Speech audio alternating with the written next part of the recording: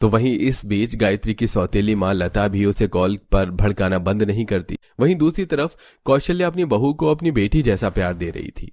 माँ जी, इस बटन को दबाते ही वैक्यूम क्लीनर की पावर बढ़ जाती है और इससे कम हो जाती है ना? बिल्कुल सही कहा बहू, तुम तो कुछ ही दिनों में काफी सारी चीज चलाना सीख गई हो।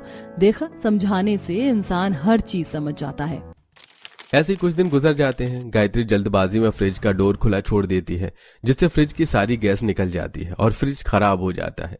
डर के मारे गायत्री अपने कमरे में जाकर बैठ जाती है, तो वहीं गायत्री के ना दिखने पर कौशल्या उसे ढूंढते हुए कमरे में आती है। गायत्री बहू, तुम यहाँ क्या कर रही हो? आप प्लीज मुझे मारना मत।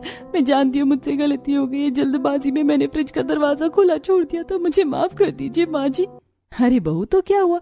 मुझे तो इस बारे में कुछ पता भी नहीं था। रो क्यों रही है? और भला मैं तुझे क्यों मारूंगी? चल चुप हो जा।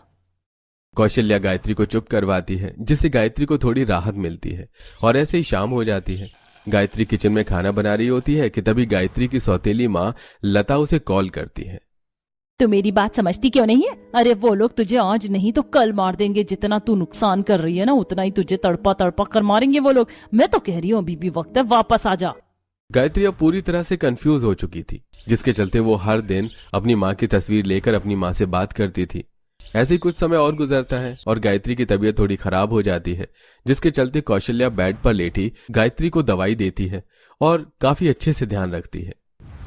कितनी बार कहा है कि ज्यादा देर ठंडे पानी में काम मत किया करो। अब हो गई ना बीमार। माँ जी, आप क्यों परेशान हो रही हो? मैं ठीक हो जाऊंगी। ऐसे ही नहीं ठीक हो जाओगी। अब जब तक ठीक नहीं हो जाती, बेड से हिलना नहीं है। मैं यहीं तुम्हारे पास रहूंगी। किसी भी चीज की जरूरत हो तो मुझे बता देना। थोड़े से बुखार के चलते अपनी सास को अपनी इतनी फिक्र करता देख एक बार फिर गायत्री को अपने बीते कल की याद आती है।